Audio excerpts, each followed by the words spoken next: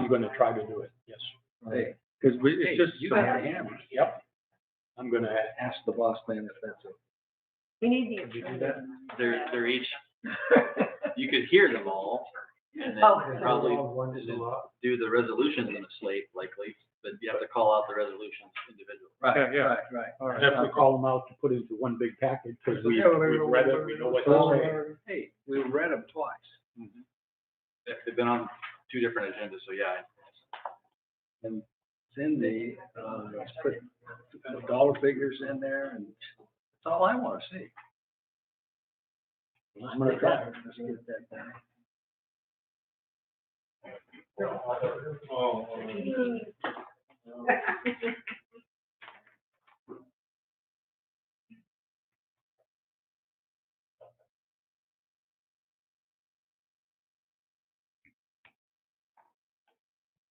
The Northern Wasco PUD board meeting is now in session.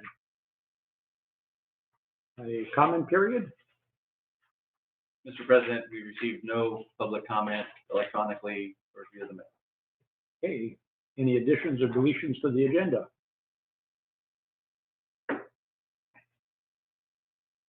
Hearing none. Old business, consideration of funding request for the 2022 Wall Dogs Northwest Mural Fest.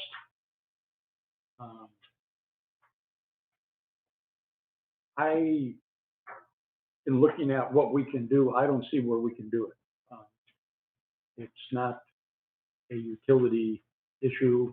We have our grant program that they would certainly be welcome to apply for. I don't see where it fits into our budget. Is there any other comment from board members? I agree with you 100%. Go ahead. Not a board member, General Manager Roger Klein, and I know we have members in the audience that came to speak tonight specific to this. Apologize on behalf of General Counsel Jim Foster, who had fully intended to be here tonight to further explain this. In Oregon, PUD stands for People's Utility District. We're authorized by revised statute ORS 261. So that has some very specific rules around it with regard to what we can do with public dollars. We do have the board approved economic development policy, which has specific timelines and rules around it, and we would strongly encourage you to apply through that program when it comes up next. But a direct funding for this that isn't specific to utility, I think that's what the Mr. President was trying to state, that legal interpretation, and my recommendation is I can't make a budgetary line item specific for this go around. I do want to strongly encourage you to come back through the economic development process, and Kathy can give you the timeline and the rules around it. These are my bosses. They're elected by you, the community members, and I don't want to make it sound like we don't want to support, because we do. We would highly encourage you to use smart LED lighting to illuminate the murals, because that's our business. That's our plan. Perfect. So we definitely would want to support that. But specific to the request as it was made, we don't have authority to respond to. Understood. Well, we will come back and put in an application to economic development. Thank you. Thank you very much. Thank you. And seriously, what you guys are doing is really good. It's awesome. It's really good. And it really benefits our community as a whole. We know that. We appreciate what's happening. But at the same time, we have to be conscious of, our stipulations and what's the best and right way to do things. Fully understand. When is that going to actually start? Next summer, spring? So the event is August of 2022. It's a 4-day event. They'll paint 15 murals in the Dalles, and we expect hundreds of people to come. And I think I read you already have the buildings picked out. We have 15 signed wall leases. We probably will get a couple more in the next few days, and so yes, we've got the mural walls, and we're working on the themes right now. Question, if I may. Okay, so once you paint that mural, what's the longevity of the paint and the durability of that? Generally, I would say decades. The paint is, it's sign paint. It's made to be outside on a wall, so it should last for a long, long time. And we're going to arrange a method in which to keep them maintained, even if they do start to. Thank you. Thank you, guys. Thank you. Yeah, and I thought it was better to say that before you did your spiel. I don't want to waste anybody's time. Well, you're welcome to sit for the next 4 hours, like. Thank you. We're going to go and work on our economic development. Thanks a lot. Thank you. I will be in touch with you guys in January. Okay, perfect. Sounds good. Thanks, folks. Okay, consent agenda. Is there a motion to accept the consent agenda? So moved. Second, anybody? I'll second. Got a motion and a second, any discussion? All those in favor say aye. Aye. Opposed, nay. Passed unanimously. 43 report. Proud to share with the board that yet again, the district continues to perform admirably. A lot of excellent work was completed by staff and our contractor community. As you can see, the overwhelming performance indicators from operational to finance to safety to miles driven continue to meet all the objectives of the organization. Happy to respond to specific questions if there are any. Otherwise, the results speak for themselves. Okay, any questions from the board? Nope, looks good. Okay, new business, and I have a suggestion. We're looking at 7 resolutions from 26-2021, 27-2021, 28-2021, 29-2021, 30-2021, 31-2021, and 32-2021. Since we've all seen this before and the board has gone through their packet to a great extent, I suggest we put all 7 in one motion and accept them as presented. Is there a motion to do that? Before that, if I may, I just wanted to add the comment that Cindy has taken time and effort and attached a monetary value to each of those, which makes it easier for me and I think the board to understand. Yeah. So thanks for doing that. Yeah, Cindy did a phenomenal job on this, so I don't have any questions about any of them. Does anybody else on the board have any questions? Well, I just have a point of clarification. You pulled all these last month, and now you put them all back on. What has changed that we need them back on? Okay, so I pulled them last month because the union had decided that we didn't need an MOU clarifying which of these do and do not apply to the union members. I wasn't comfortable not having that documented, so I pulled them. The only thing that I have added since last month is clarification in each policy as to what does and does not apply to the union. Thank you. Yep, wanted that in writing. Okay, we have a motion on the floor. Is there a second? I'll second. Any discussion? Oh, sorry, who, Howard moved, Howard, okay, Roger second. and Roger said, thank you. Any discussion? All those in favor say aye. Aye. Opposed, nay. Passed unanimously. Good work, Cindy. Thank you.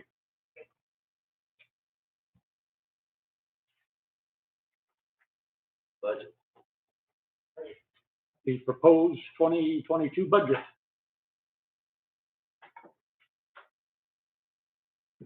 Good evening, Lana. Hi. We get to see you in person. I know, in Utah. I'm here today. Oh, am I controlling it? Okay. And it's just the arrow, I'm assuming? Okay. Well, thank you for having me again. As we presented last month, we have put into the budget the proposed rate increases, which is you'll see in the presentation here. So, as a refresher, again, the budget aligns with our strategic plan. We're focusing on the emergency response and operational resilience, continued improvement in the supply chain and procurement programs, expand our employee engagement as our key resource, increase investments and focus on cyber capacity and security, and customer engagement in product and services.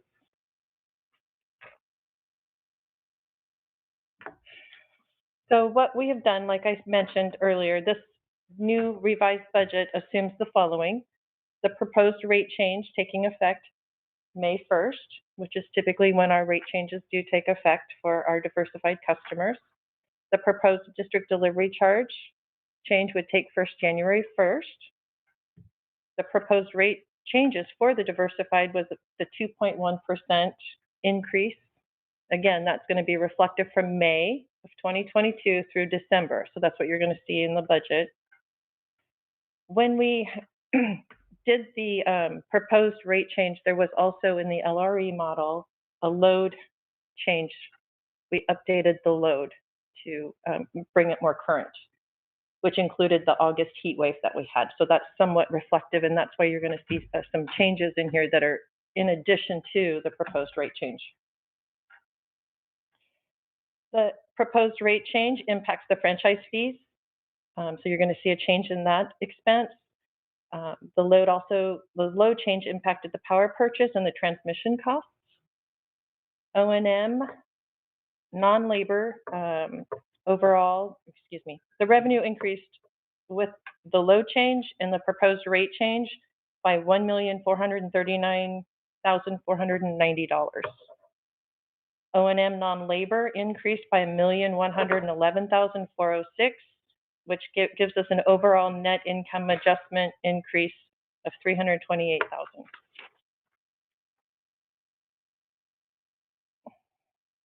This is the breakdown of the revenue budget. And as I mentioned, the proposed rate change was impacted by the diversified. Our diversified customers. So again, that was the 2.1%. With just that proposed rate change, it provided us an additional revenue of about $400,000. And again, I mentioned the change, an update to the load, which provided an additional $1 million approximately in revenue based on the load change. In our October presentation, we had already included the proposed district delivery charge increase of 11 cents.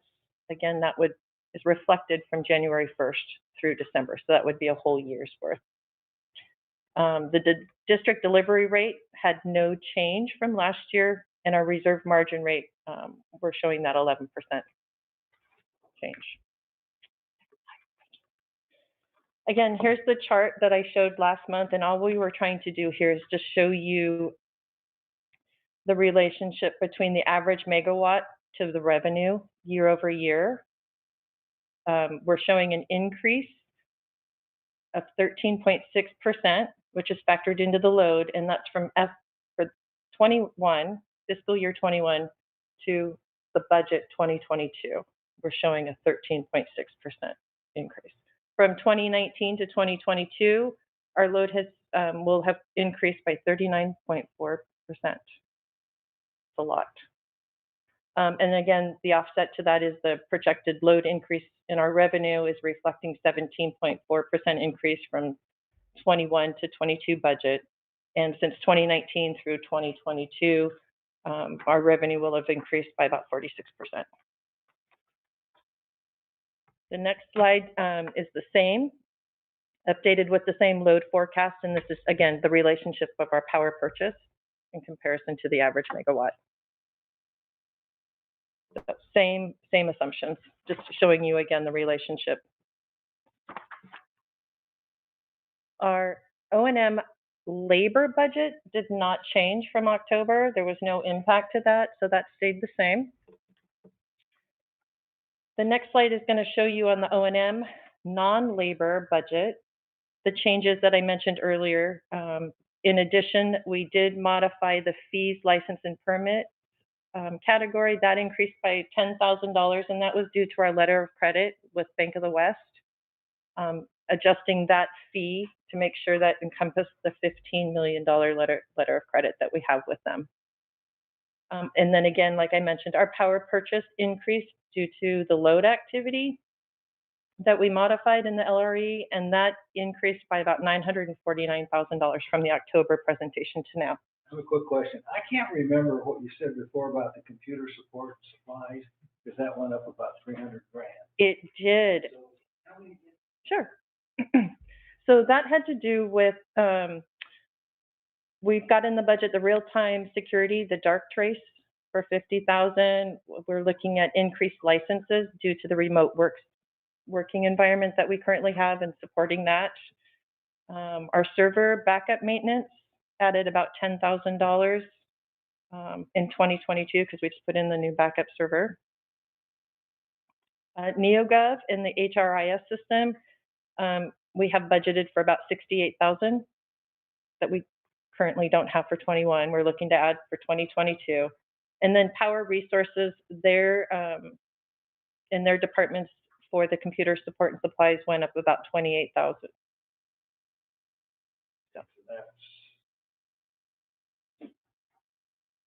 So I see it's going up about 300. Yeah, about 305,000. It went up. That's all the stuff you described. Yep. Yep. You're welcome.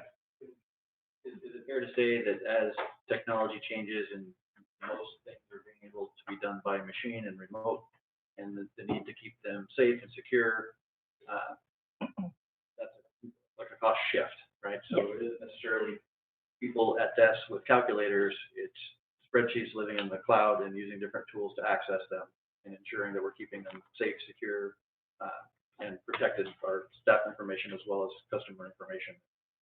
Tools to do that. That's kind of the bucket that would fit in. Yes. The world has changed. It has. Any other questions or things you want me to go over again with regards to our O&M non-labor budget on this particular slide? I'd be happy to go back over it from last month. Okay. Next slide then shows the remainder of our O&M non-labor budget, and the increase from October to November that you're going to see in these categories is specifically the taxes. Revenue going up, that means our franchise fee tax goes up. With regards to that, we did notice from October presentation, when the LRE was updated right before our presentation, the franchise fee calculation did not populate over to our October presentation. So with that being said, you'll see a $77,000 increase in that category from October to November. 35,000 of that should have been captured in the October presentation. Due to the proposed rate change, our franchise fee goes up about $42,000. Just out of curiosity, what's about the total amount? In total for the franchise fee, I don't have that number right in front of me. We're right about 1.9 million. Or actually, no. We're at about 2.1. Yeah, I was gonna say 2.1 million. in total. It's A lot of taxation. mhm. That includes both Duper and the Dow. Yes, ma'am. And Duper's about 28,000, I think. Considering it used to be 200,000. Yeah. The other line item or category that you'll see a shift from October to November is the transmission costs. And again, that has to do with the adjustment we made to the load. And that increased by about 74,000. I feel I need to restate that. So when the district grows due to load, customer count, that's how we help that community benefit and tie it back to the community. There's a lot of good things that happen through that contribution in lieu of taxation, that transfer of funds from one public body to the other, but that's how we participate in, as we grow, the dollars that go back into the community for its uses. I didn't want to make it sound like it was negative for paying that. No, it's positive. It's too bad that we can't somehow in a positive way get that information out to people so they understand. Because, there for a long time, they says, well, you guys don't pay taxes, and then it's a matter of educating, and then now we're paying a lot. Do you ever mention that on the radio, Raj? Often.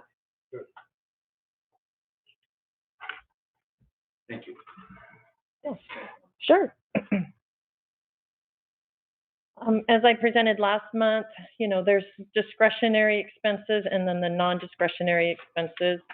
The percentage change did not really, change much from last month to this month. Again, the discretionary expenses are those items in which we can move the dollar amount up or down. For example, computer support and licensing, outside services, facility maintenance. Those are a little easier to adjust or make adjustments to, versus the non-discretionary are really a reflection of us doing business. It's property taxes, it's franchise fees, it's depreciation expense. So again, the discretionary expenses, those represent approximately 7% of the overall O&M non-labor piece. And those, for the most part, tied back to our strategic plan, which again was the cybersecurity, employment engagement, supply chain and procurement, emergency response, and the customer engagement. So again, those are being captured and reflected in this O&M budget and the discretionary expenses. The non-discretionary expenses make up about 93% of our total O&M non-labor expenses. And again, those have a strong correlation or relationship to the drivers that control, the revenue, the labor, capital assets.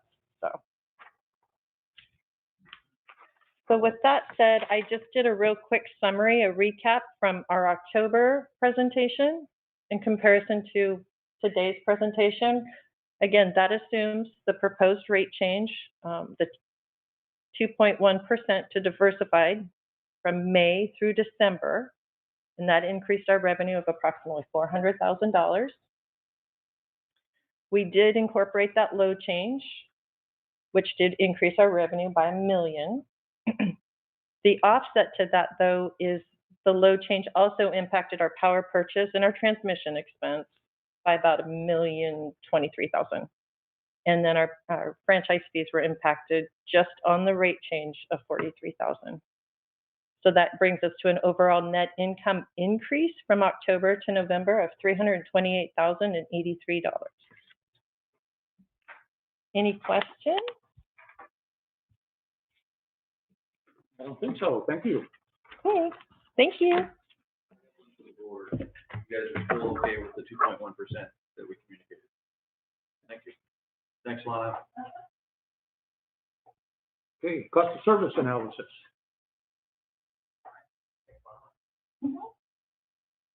And the clicker's still up there? You want me to do the clicker? You want to do the? Or I'll just sit here with you. Okay. Thank you, Harvey. Appreciate it. All right. I actually like to sit, so thanks for letting me sit. Appreciate that, guys. So I'm going to kind of go through some of these slides that we presented before fairly quickly, and then I'm going to pause on some things that are different and that I want to point out. But if there's any questions you have as I'm going through it, please don't hesitate to stop me and ask. This first kind of background slide is just where we are in the process. We're in rate design. You guys are actually a little beyond that, where you kind of are deciding to actually implement the rate change.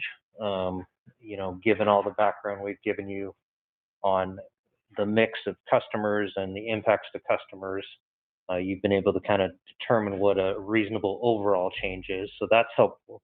And we'll talk about the kind of different customer impacts as we go. Go ahead, Harvey. Okay, so this pie chart I showed you guys last time, I did want to tell you that I did update this a little bit from the previous deck. And because you guys get your board packet with both previous month's minutes and this month's, you can kind of look at the difference in the pie.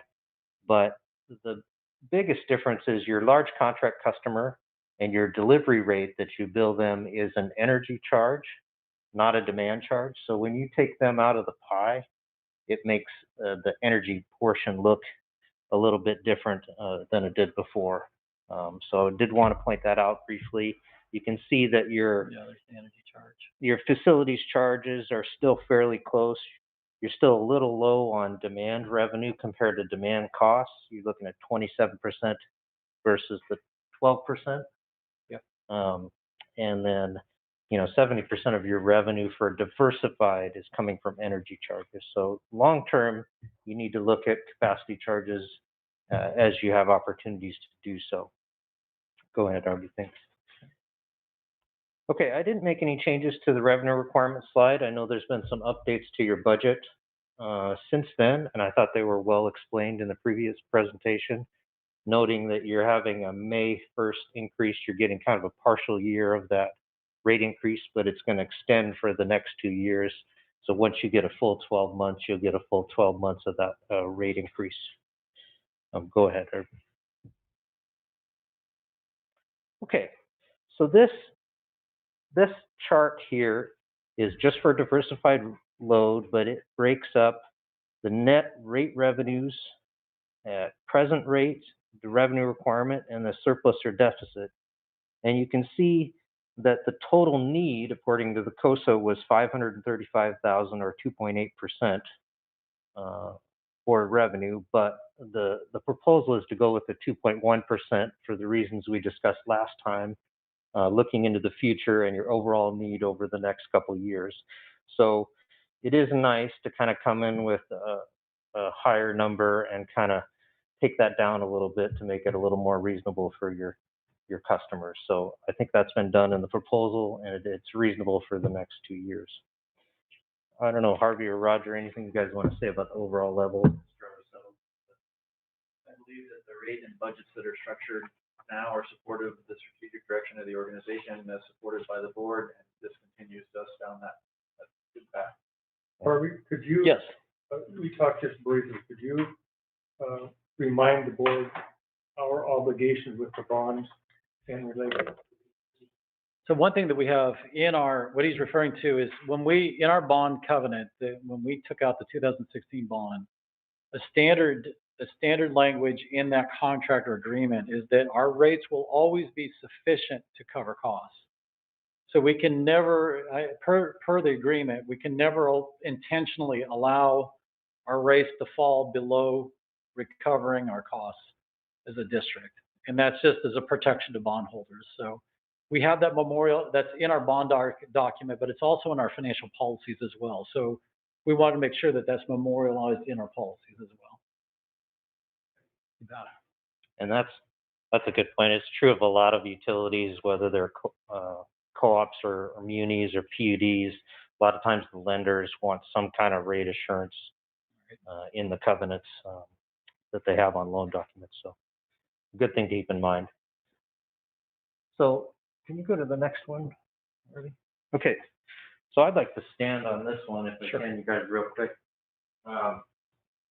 These are those same pie charts I presented earlier, but for two different rate classes. So we have it for single phase, which is your residential. And you can see there's no demand charge for single phase, but you have 25% for that rate class as demand costs. So you're having to recover those in some other fee. But you also have a demand rate. On your demand rate, you can see pies look pretty good on your demand rate because you have a demand charge. Your customer cost is fairly similar. Your energy cost is fairly similar. So rates like the demand rate are going to be more important over time for you guys. And at some point, you will need to address that in your single phase residential rate. I think when you're doing kind of a modest change now, you don't need to kind of get into that, but I think it's definitely something you need to think about in the future. Did that make sense to everybody? I thought this was an important slide. It was something I was asked to put in there, so. Remember how our costs are accrued, demand side, the cost mix, versus how our revenue is collected, facilities fee and energy charge. And there's a missing step there, and it's the demand component. And that's going to be a lot of customer education on what is demand, what is this line item on the bill, and that's going to take us some time. But if we start talking about it now and thinking about it, that'll give us more leeway to communicate it. One of the benefits of the meter, the advanced meter, is that it collects demand, and we can capture that information. And as folks start to electrify their home transportation, their electric car, or add solar panels, or whatever, the demand component changes for us as a utility and how we're paying for it from our suppliers. So being a not-for-profit utility, we only collect as much as we need to operate the organization. And if we can be more accurate in that collection and billing, that's the right thing to do for the community. So right now, we're not collecting a demand charge on single-phase rural or residential households, Right. at least not line item rate. Are we capturing it in the rates? We see it, but we don't do anything. Yeah, I think it's probably coming through your energy charge. It is. Because if you think to the unit costs, we've had, the energy charge is quite a bit higher than, say, what you paid Bonneville, 3.5 cents. So, Right. That difference is either for demand-related costs or for customer-related costs. So that's how you're getting the money from it. So they We're are, not talking about when push comes to shove, we're not talking about raising their bill. We're just talking about how we apportion it on that bill. So Right. it's just an education of your bill's not changing. We're just giving it to you how Allocating you're it. actually using it. But Greg, one thing that that's was well said, Greg. one thing Go ahead. that is always a concern about that is when you have a fixed cost like, and Roger makes the case that, as EV goes into homes and the demand on that home increases, so starts the small growing out of the size of the transformer that feeds a series of houses. And so infrastructure needs to continue to keep up with that. That cost right now is being captured primarily, as they said, through the energy charge. What happens when you have a very warm year and very low load, it means you don't capture back those fixed costs. You don't. And what that can do, if that happens over time, it creates rate pressure to increase your rates because you're trying to recapture that. And that's kind of the trick you get into, trying to capture a fixed cost with a variable charge like that. I know for me, and it's been 15 years ago, Yeah. we didn't have a demand charge. And then all of a sudden on my big irrigation pumps, Correct. Yeah. we put those demand charges in. And it was just a matter of, granted, there's only 20 or 25 irrigators. Sure. So it's not that many people to educate as opposed to Residential. Yeah. residential. Yeah. So, now all the irrigators have demand charges on. Right, and it's a slow process, and many utilities have taken different approaches by saying, we'll just start with maybe 25 cents a kilowatt of demand, something really, really small, enough that they just get used to seeing that on their bill, but it doesn't have a big impact. And then you can start to grow from there. So many different approaches to how to look at that. Yeah, I think that was good, RV. And I'm definitely seeing more and more utilities putting it on the bill at least. And it's hard to even put on the bill, like Roger said, without the AMI to kind of calculate individually for every customer. Right. But a lot of times folks start with whatever the KW is at a zero charge on the bill. That's become pretty common. Yeah. And then the other trend I'm seeing is to start with large residential, like some of your trophy home type places getting if they're a 20 kW residential load, I've definitely seen, folks starting demand charges at least for those folks, even if they don't want to do the smaller customers. I know, and I saw a couple new ones. Every time we surveyed, I think Ponderay had a new residential demand, and I think either Clatsony or Clallam did a large residential demand charge, which was new. I've done some work with a couple other utilities that are in the process of implementation where they kind of put it on the bill and then they're going to implement it maybe in a year or so after they've educated folks. So, I don't know. We don't need to spend too much time on that, but I thought it'll be a future conversation. Okay. Okay. The dumb kid needs educating occasionally. No, and that's the point about putting that up there so you're aware of what that looks like. Yeah, don't take that as if I would. No. You guys are very educated. I think we were talking about the education of the membership in general. This is my first time through this though, so some of these things pop up that I question. Great comments. Okay, go ahead. So this is just a comparison. You guys have seen this before, but it's the last time we did the study to this time with where the results are.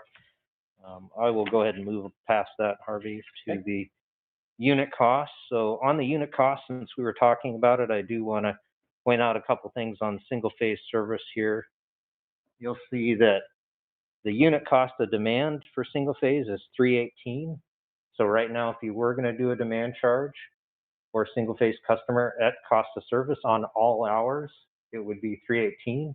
Now, if you decided to do just on-peak demand, you'd have to have a higher charge because there's a portion of hours that aren't collected when you do on-peak only. So a lot of people do on-peak only. That's also something that AMI meters would allow you to choose down the road, whether you charge it on all hours or just on peak. Then you can see your unit cost for energy. The dollar per kWh is the 3.48 cents. That's pretty much your Bonneville energy rate. And then your customer a month is $25.62. That's kind of the customer cost per customer. Now the two line items down below, I think I talked about these last time, but I think they're worth reminding. If you combine demand costs, so Greg, you said where are you collecting demand costs? If you collected them in energy, it would be 5.35 cents, which isn't too far off your 5.67 cents that you have currently. If you collected them in your customer charge, it'd be 49.18. So some folks choose to collect it in your customer charge. I would say in your case, you're definitely collecting it in your energy charge. Any questions on any other unit costs there, guys and gals? Okay. Rate design, I think on this slide, Harvey, I think we've covered most of this already, so I think we can move on to the single phase proposal.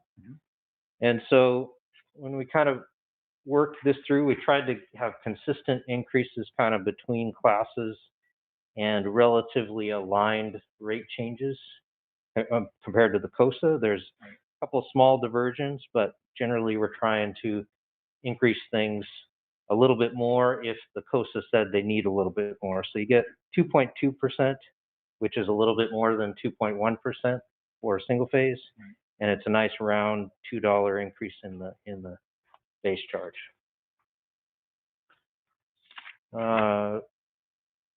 I did want to show this. You do want to know that 2.1% on average for rate class isn't 2.1% for everybody.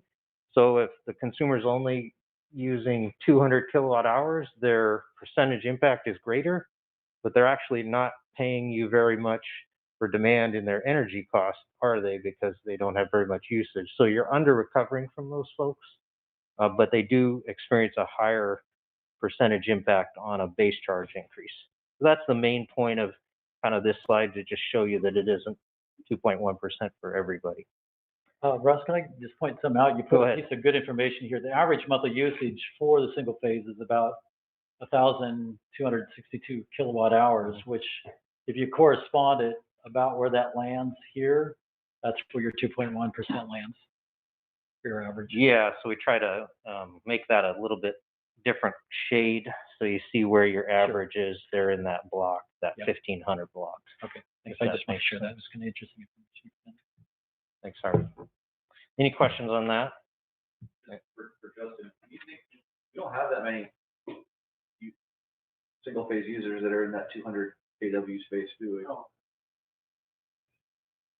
Got it. You're talking about the people that'd be like impacted in the higher. Yeah, I don't think they exist. You'll have apartments in here. Seasonal customers. You got little electricity.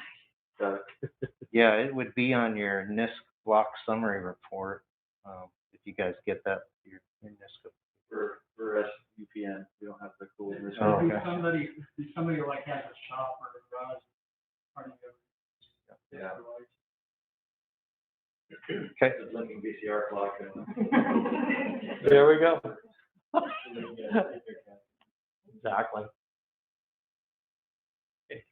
Yeah, I mean, the low users and the seasonal issues, I mean, there's several approaches to that. I've seen at other utilities, sometimes a minimum charge approach or a different base charge for those folks, but it doesn't seem like a big issue in your service territory at this time, at least from what I saw. Okay. Sorry, Harvey, I get.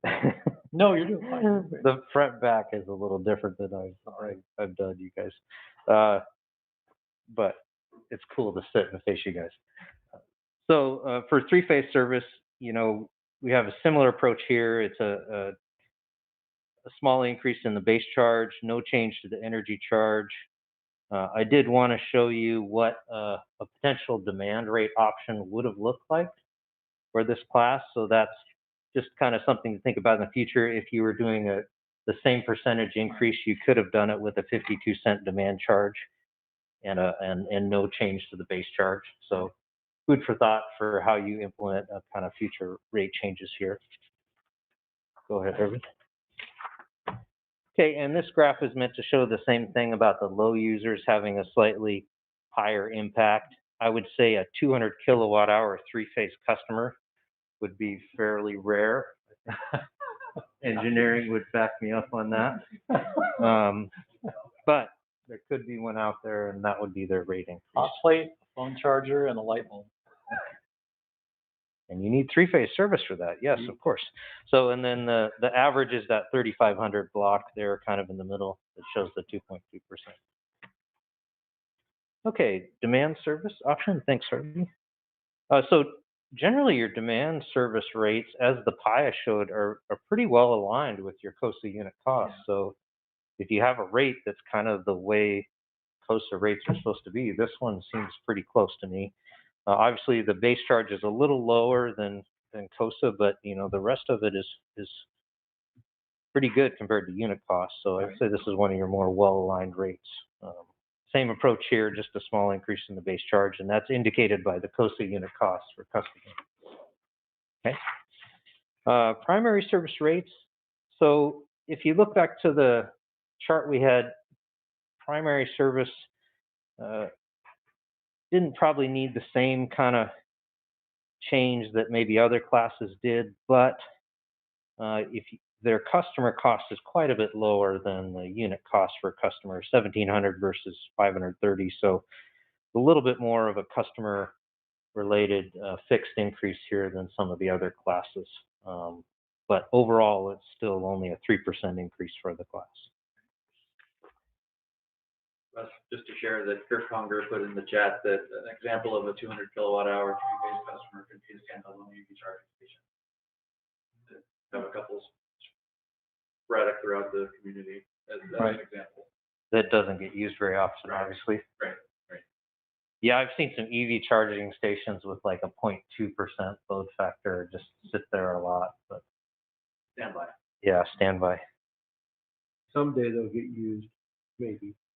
We have a couple in the audience. Yeah. Kurt and Ed. Yeah.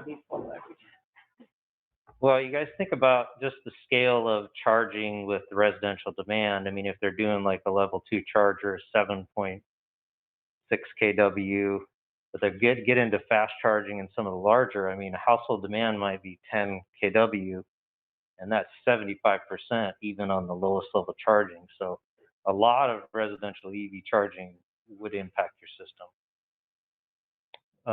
Go ahead. Okay. Right there, please. I think I am close, Roger. I'm doing pretty well on my side, so I think I'm to the last one. Okay, so this is kind of summarizing all the changes. So if you think back to the COSA unit costs I had earlier where I was showing what folks are supposed to be paying, that's kind of the right column here, the COSA indicated annual change. And then what we're actually proposing is the second column there, rate change percentage.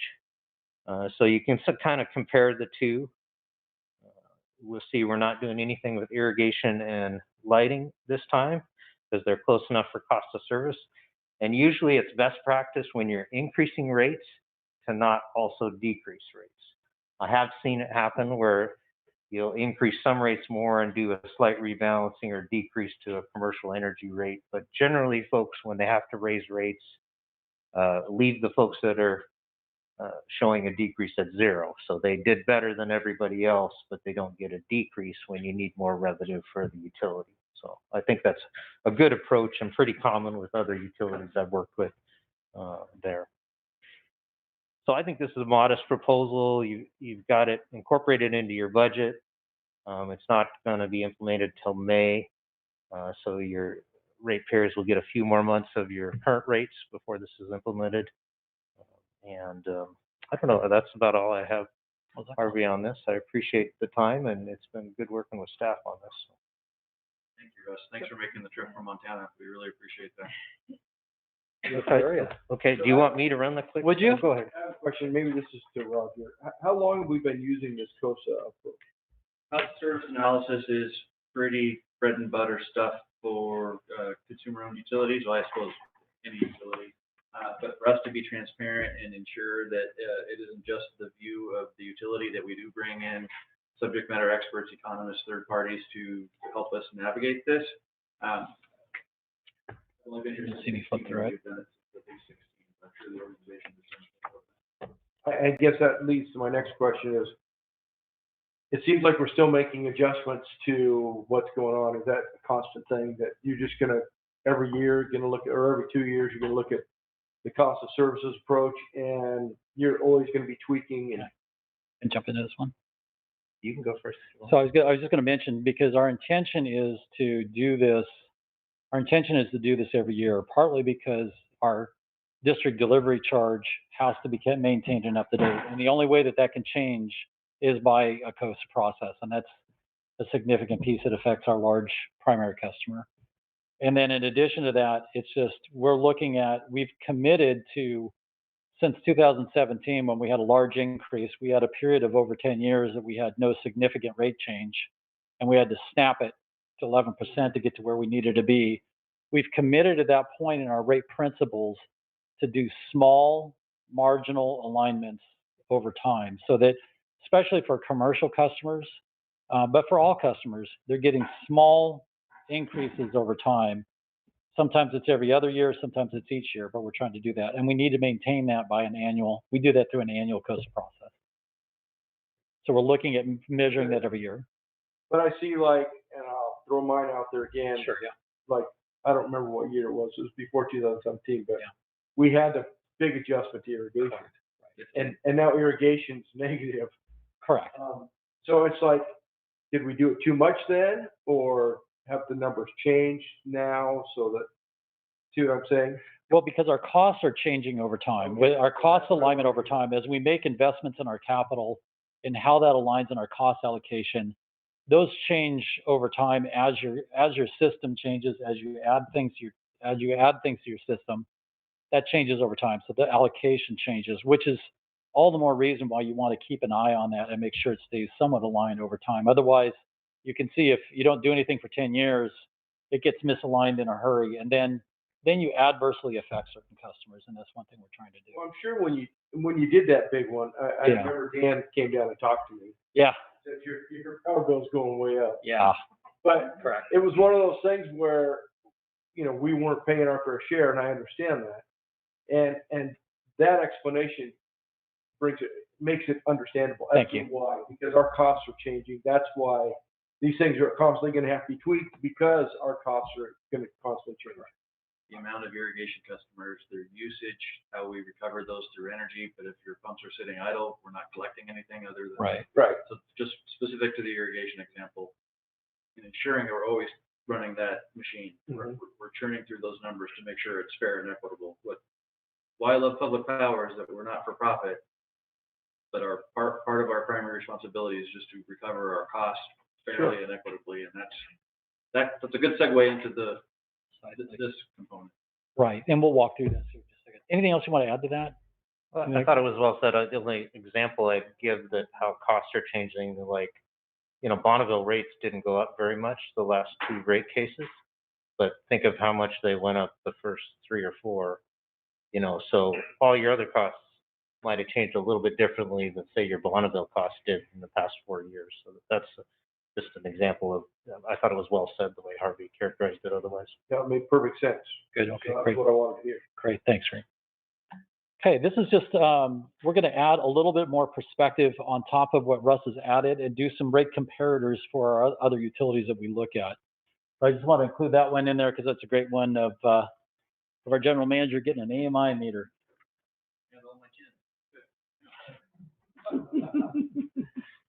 And you look great now. So on the next one, just our situation, our target, what we're trying to do with our cost of service proposal, and what we're recommending for what we're recommending to the board. Next one is our situation looking at revenue and rate changes over time. So this kind of characterizes, I think, what you were looking at, Greg, that back in 2017, we had to look at there was a COSA that was done in 2013. They had a small change in 2013, but prior to that, it was an over 10-year period before there had been any rate movement at all. And so 2017 was kind of the banner year that unfortunately we had to make a lot of drastic decisions for the district. And we were trying to do that in a way to moderate that impact. Since then, we've stayed true to that policy about frequent, smaller changes. So it took we made a change in 17. We finally, we really didn't make our next change until 2021. We'd planned for 2020, but because of COVID, the board wisely decided to defer that for impact on our customers, and that was a good move. We could do that without significant impact. And that's reflected in what was a 3.8% change to catch up to get us realigned. And then this year, we're looking at a 2.1% rate increase. So over that period of time, you can see revenue going up, and that's kind of a cap off of what Lana was showing as an impact of load, to a small effect in the background that was also attributable to a small piece to rates. But it means that over that period of time, from 2016 to 2022, that's about a 2.8% rate change per year. From 2016 to 2022 proposal, that is it ends up averaging about a 2.8% rate increase each year. And inflation from 2016 through forecasted 2021 is 3% annually. So we're able to maintain during that period of time less than inflationary rate increases. So that's partly what enables us to continue to maintain a healthy district, but also be low in the market in terms of our rates. So the next slide shows our 10-year projected long-term financial plan. It's a snapshot that shows in the blue bar what our total district reserves are. And the yellow bar is what our debt service coverage ratio is. In other words, we need to, and that's something that by covenant, we have to maintain at least 1.25 times in free cash flows our total cost of service for debt. And you'll notice that yellow line just gradually goes up, and then you'll notice that from 2030 to 2031, it takes a hockey stick jump. That reflects the payoff of the Cashmere Valley Bank line of credit of $10 million. That debt gets extinguished in 2029, and so you don't own debt on that, and the only thing you have left is what's covered on the 2016 bond. So our debt service coverage takes quite a bit of a jump at that point because our debt has dropped at that point. On the next slide. On the next slide is what we're looking to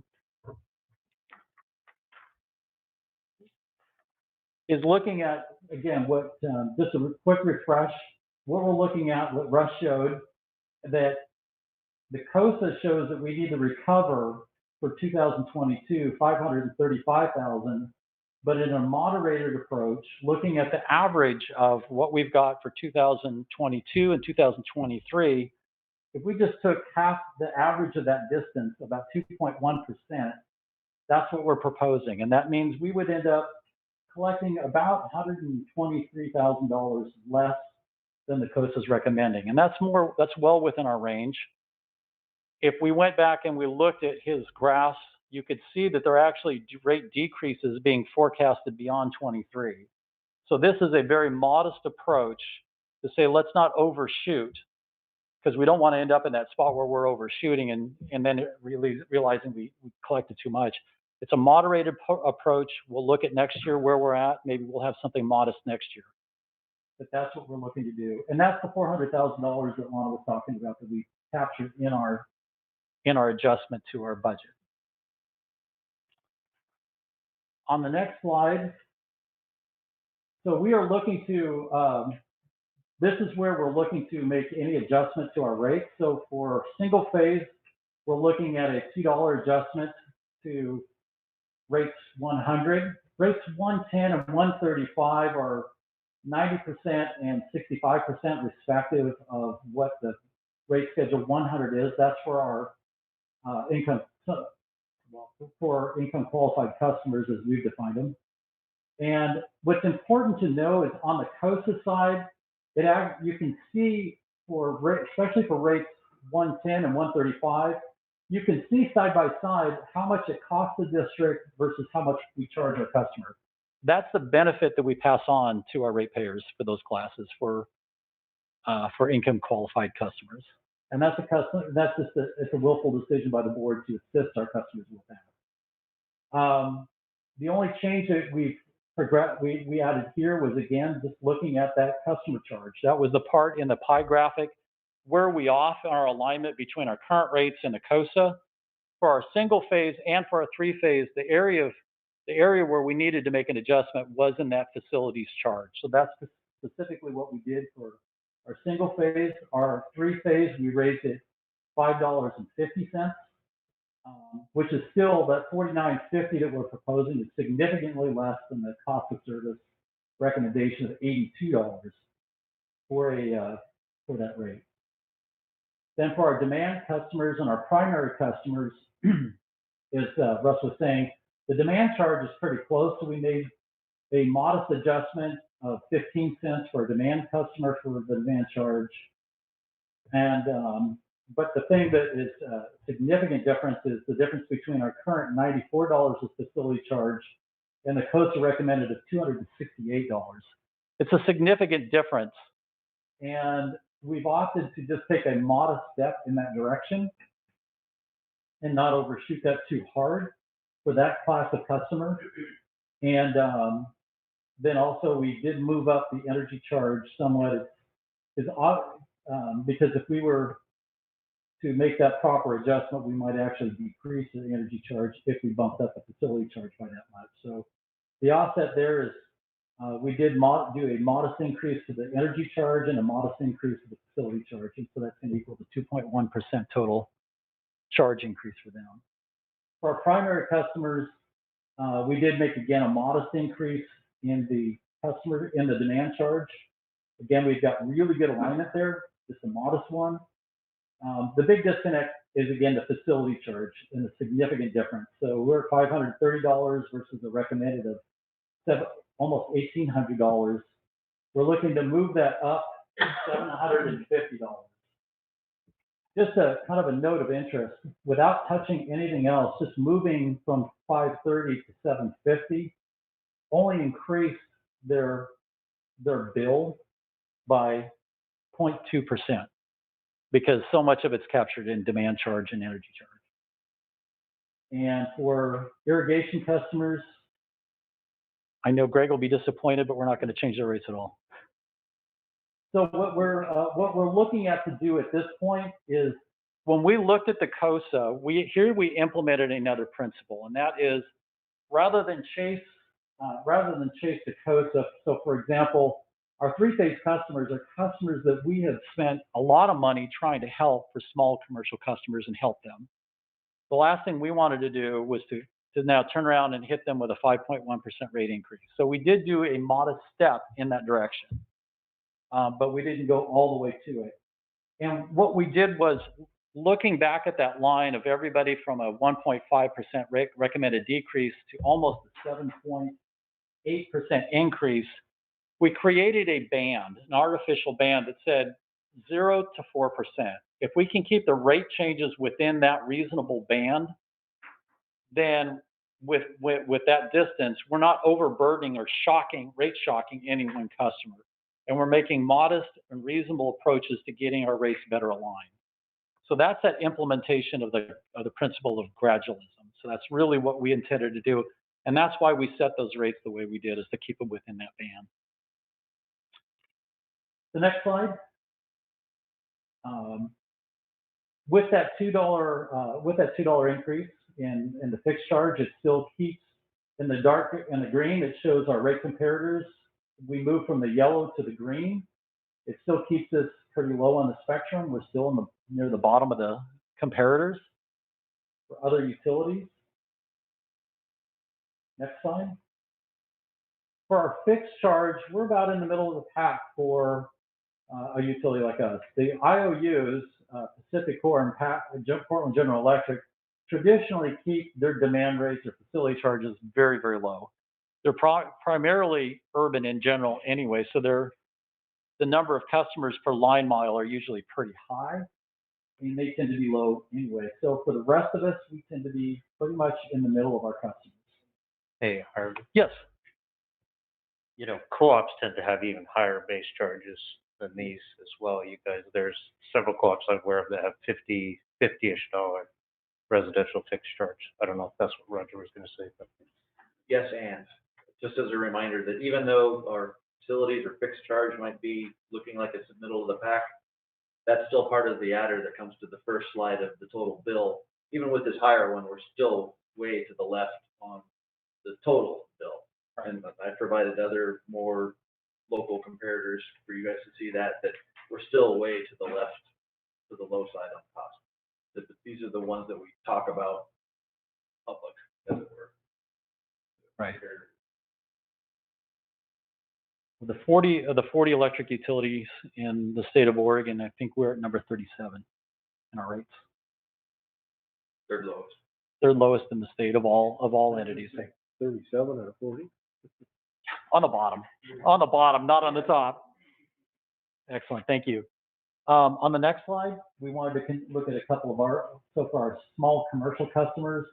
We are at the bottom of the comparators with that modest increase. And that's at $4.50. It's $4.50. It averages out here, but it still keeps us near the bottom of the pack. It keeps us at the bottom of the pack.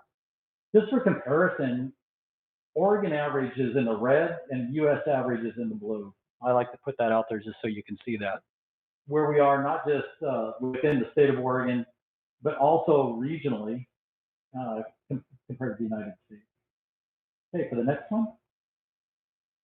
Large commercial rate, even with the significant change that we had modest change that we have in the facility charge and in the energy charge, still keeps us pretty low. Compared to Franklin PUD and Umatilla, there's such a small difference between us, even a very small increase that leads us up a little bit. But you can see where there's kind of three different tiers. There's a very bottom small tier, medium tier, and then you start to get into an upper tier. And we're still in that lower tier of rates. How many people do we have? How many organizations do we have in that range? Customers in that class? Would like cherry growers be in that range? Cherry growers would be in the primary. In a public setting, we try not to communicate specific customer information. Oh, okay. But we can take that off. Yeah. I was just wondering. Yeah. That's good. Okay, for the next slide. So for our district delivery charge, we presented this, Kurt and I presented this to the board last year, and this is the same snap. So we looked at the average of 2021 and 2022, looking back when we were in 2020, and we went ahead and implemented the rate of the district delivery rate and the reserve margin rate component of that. Russ and we have what we had forecasted for 2022. Russ did a calculation of what our current district delivery rate would have been for 2022, and there's no material difference between that and what we had shown last year. So we maintained the district delivery rate component at 4.6201. The reserve margin rate we did show going up because that's indexed Per the contract, per our agreement, so we keep that indexed. That index held true, so it amounted to 11 cent a megawatt hour increase in rates for our district delivery charge. Okay, for our next slide. So what we're looking for the board on both of these rates is this not a decision tonight, because the decision we'll look for is going to be in December. But what we're looking for the board is, what is your general feeling and direction of the rate? So this is kind of a time to kind of reset and see where you at with what's just been proposed by Russ and I in terms of the COSA component, the cost drivers, and what we're proposing to the board, and any thoughts. I think we're heading in the right direction. A lot of work's been put into this, and I think what we're proposing, what you're proposing is justified based on our costs and based Right. on, our return back to our customers and high quality electric service. We look at everything else going up a whole lot more than 2.1%. Yeah.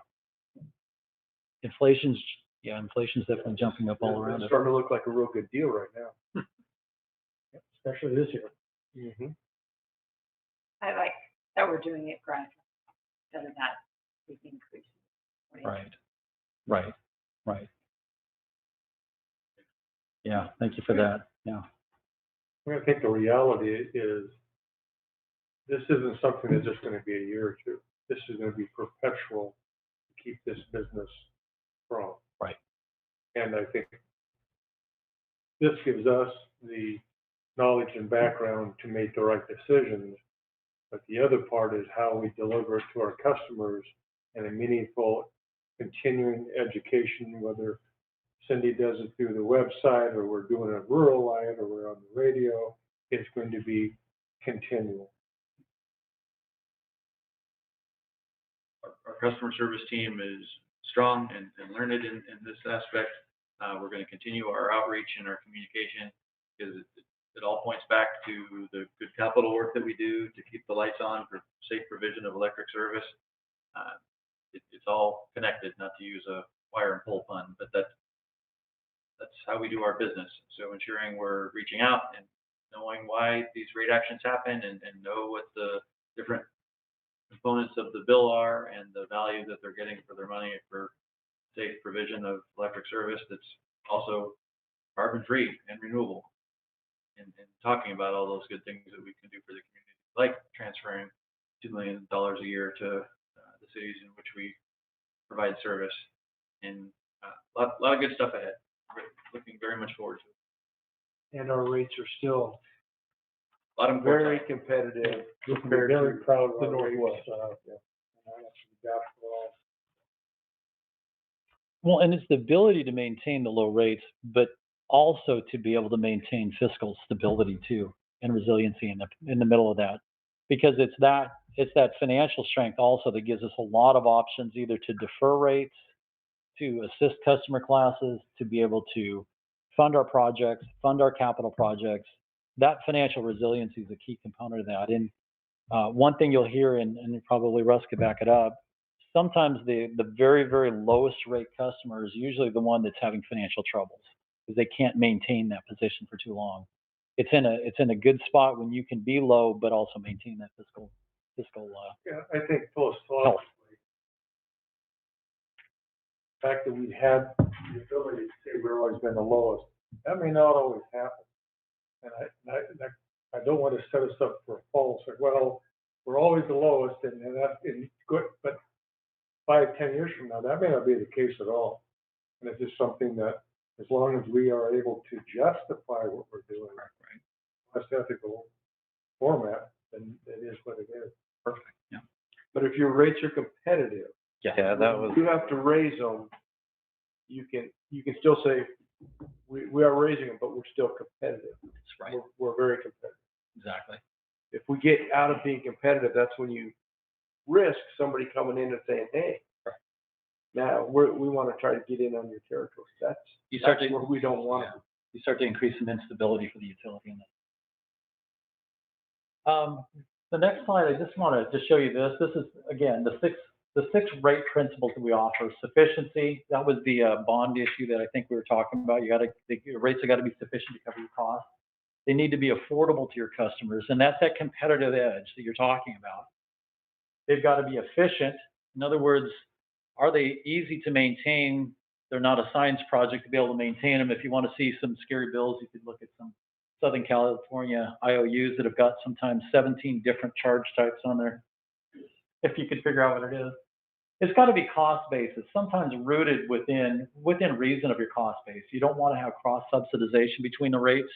You want to maintain good rate alignment, and you want to keep them close to a reasonable cost estimate. And that's what you're looking at. Equity, meaning you're not cross subsidizing, and gradualism, meaning you're easing people into those rates and avoiding rate shock during that time. And the final slide is race on the far left is just one of those key strategic dials that the district has to be able to switch, and that's probably a great time to hand it off to strategic direction. The board also saw in the board packet the draft of the 2021 through 2031 strategic plan. If there were no further questions for either Harvey or Russ. Okay, and then we'll come back without any, I'm looking for the board, if you're okay with the current direction that you see at a 2.1% rate increase in what we propose, to be able to bring that back to the board in December. Okay? All right, thanks. You know, I'm sitting here thinking, I haven't said too much just recently. Just. Think of that. It's just interesting to hear the newer board members speaking about past and present and future along the same lines that it's been for a long time. And so I think that's really neat to hear. There's going to be a continuation of the same processes and the same positive effects and results. You know? Just listen. Very neat. Thank you to those that provided feedback and or edits or encouragement or requested clarification for terms and terminology that helped me reset kind of my focus. I know I can get into kind of business speak when these documents, you know, staff helped me write the last one and definitely helped with the edit to this one, but I take ownership. So if there's blame, it comes to me. If there's praise, it goes to staff. Just like in anything. But before you is not requesting any sort of action tonight, but wanted to give you an opportunity to together ask questions and just check alignment or recheck alignment with us. And I would definitely like to bring it back next month for adoption and approval. You notice that most of it is similar to the previous 18 through 28, but recognize we've had some, you know, global pandemics and heat domes and plenty of things that have happened since the initial authoring of the current strategic plan.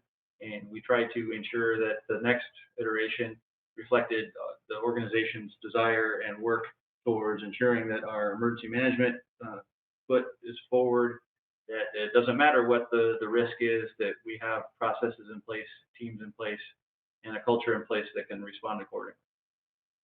That's the story I tell myself when I talk to staff, that we are ready and we are performing, and hopefully that's what we're sharing with the community, because at the end of the day, it is about the customer. Questions, comments, rip it up, throw it away, or? I like what I saw.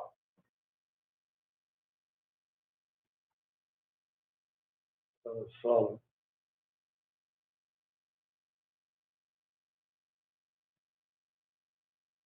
Okay, I'm gonna take a win before you change your mind. So we'll bring it back in December for adoption, along with the budget.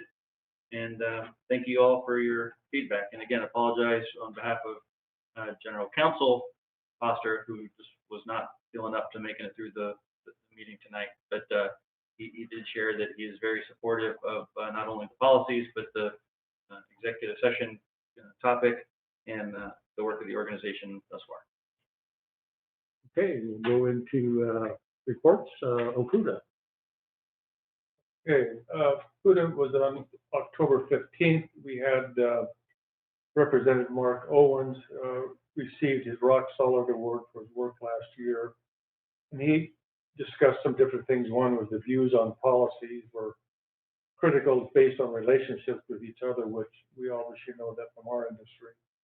And he was talking about the clean energy date of 2040, and he says Oregon has one of the most aggressive agendas compared to other neighboring states. Basically with the attitude that, well, they'll follow Oregon. We'll see how that works. The Remain group, our attorneys, talked about redistricting, and the mapping will have changes, but it's not finished yet because of legal challenges. Surprise, surprise. A discussion occurred around the PUC trying to possibly make mandates regarding tree vegetation. And again, we'll see what happens there. And Representative Marsh was pushing for a new broadband bill. With the BPA group that was there, Claire Hobson from the transmission group was talking about the federal mandated vax issues, and she said hopefully it won't trickle down to the PUDs, which obviously they have to some extent. We then had a special speaker, Rachel Dibble, who was the director of marketing for Western Energy and Balance of EIM, and she discussed briefly, well, it wasn't really brief, 5-phase EIM program, the roadmap, getting systems ready to join the California effective March 2nd in 2022. And she talked about the benefits, which was basically another tool to optimize our energy, save water, hopefully be able to lower rates, more flexibility for excess energy and revenue. And that gets into resource adequacy, which means do we have enough resources to meet our local load based on changing climate of retired thermal plants, a mouthful, and of course higher uncertainty during peak demand periods. That sounds like government talk. Basically, we're talking about resources versus demand, and the goal is less risk in the future by regionally working together. So we will all see how that works out in the future. That's all I have to report, Mr. President. Okay, thank you. I think, Director Howe, we need to report on, we met with Jeff Griffin and Wilson Arrowgood to do the OPUDA report card, to have that formally put into the record that you and I met with representatives from the administration support staff of OPUDA on their current report card and the future of the organization. That we did that because you guys picked who went. So we're Thanks. And actually, he was meeting with every PUD. Right. Let's report back that actually happened, and good conversation was had, discussion on thoughts of the future of PUDA. One of the things, thanks, I forgot all about that. He thinks that there is some significant revenue that we are leaving on the table that he intends to help regenerate and see if we can't bring more revenue into that whole program. What kind of revenue? Yeah, where's it left on the table? What did he say? There's opportunities to have other sponsors for the annual meeting, and for the good of the record, the Oregon PUD Association is our statewide association made up of the electric service utilities, the PUDs in the state of Oregon. Some of them are also water PUDs that are associate members, et cetera. So recall that we hosted the annual meeting a few years ago. The board, general manager, and other staff, you guys in here participated a few different times, and the various things that happen with your statewide association, whether it's the Oregon Department of Energy, Oregon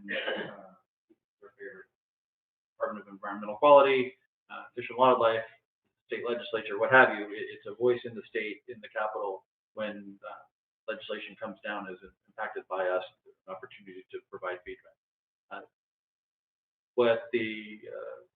I forget what their sub business is that provides our administrative services. It's not Wilson Arrowgood, but that's our insurance company. But Special Districts Association. yeah, I think they're called Anderson something. It's another. Oh, I'm sorry. Yeah. A&E. Yeah. I'm not sure what that stands Yeah. for. Anyway, that's the administrative services company that supports Oregon PUD Association, and they feel that there is revenue to be had through the association to help us pay for our function stuff to it, including potentially some more staff so we can actually do more in the state rather than just play defense. I think that's a good thing, and we provided that feedback too. Okay, well, thank you both for meeting with them. And future meetings, we pass that around, so Kathy has that information. Any miscellaneous information? Just clarification, if I may. So tomorrow and the next day, we're meeting here for those 2 days, Wednesday and Thursday. Is it in here? Well, we do have a conflict with it tomorrow with the boardroom. So Sarah and I just found out that there's actually 2 calendars for the boardroom. So I know I had it booked here just in case you guys wanted the NRU meeting here. So, but Harvey, we found out Harvey was also booked at the same time. Harvey, are you able to, what's that? So rather than try to solve this in real time, if I can Okay. recommend, I don't know if you guys want to attend tomorrow or not. There's probably an opportunity to not and make up for it on Thursday, because you're gonna get double the information. But if you wanted to, I won't be here anyway. I, I won't be here Howard's the tomorrow. only one that was. Oh, okay. Well, I'll double the information on the next day. But Thursday, we are scheduled in here, Okay, so I'll be here to set you guys up. sounds good. Okay, we'll be going into executive session, so, everybody may leave. That's supposed to. Thanks, Russ. thanks, you guys. Good job. Great to see you. Drive safely. About that five. I figured if you had to go drive to the airport, but I don't know. The neighbor. This conference is no longer being recorded. We're not done. Did you get your year thing figured out? Nope, I'm waiting for Dan, because he was sick, and then the three of us and Brandon need to meet one more time. Wasn't, I don't think it's. name out just for perspective. Yeah,